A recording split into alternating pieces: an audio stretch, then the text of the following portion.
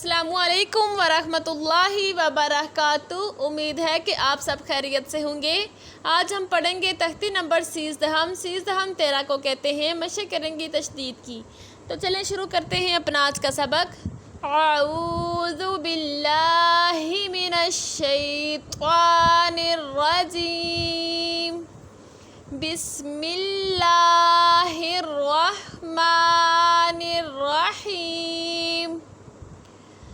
تشدید کے بارے میں ہم تختی نمبر 12 میں پڑھ چکے ہیں۔ تشدید یا شد ایک ہی علامت کے دو نام ہیں۔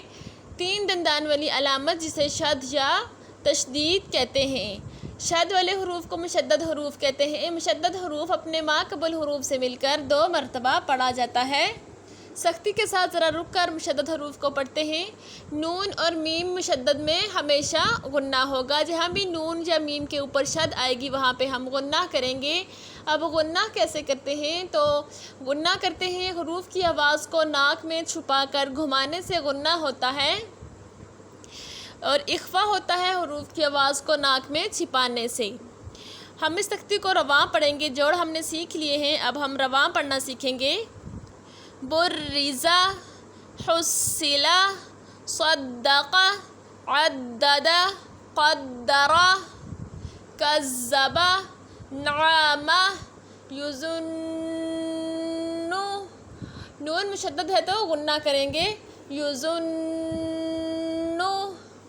یحز، جنت۔ نون مشدد ہے اور تا تنوین ہے۔ نون مشدد پہ غنہ کریں گے اور تنوین پہ اخفا کریں گے۔ جنت، ذرۃ، قوۃ، کرۃ۔ جہاں بھی تنوین آئے گا وہاں ہم نے اخفا کرنا ہے۔ سعرت، قدمت، کذبت، زوجت، سجرت، فجرت۔ جس حروف پہ شد ہوگی حالی اس حروف کو ہی سختی سے ادا کرنا ہے۔ سیرت، عطلت، کورت، تطلع، تحدث، نیسر، ہم البینۃ، قیمۃ، عشیۃ، مذکر، ایجانہ۔ یا کو لمبا کر کے پڑھیں گے۔ الف سے پہلے زبر ہے، حروف مدہ ہے۔ ایجانہ، ایاک، للہ۔ کھڑی زبر ہے تو لمبا کر کے پڑھیں گے۔ اللہ میں جب زبر آئے پہلے تو اللہ کو موٹا پڑھیں گے۔ اللہ جب زیر آئے گی تو باریک پڑھیں گے۔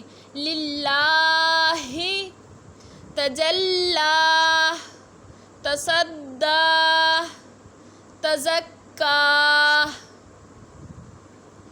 آج کا ہمارا سبق اتنا ہی ہے۔ آگے انشاءاللہ ہم نیکسٹ ویڈیو میں پڑھیں گے۔ تب تک اپنا بہت سارا خیال رکھیے گا اور اپنے چینل کا بھی۔ اللہ حافظ۔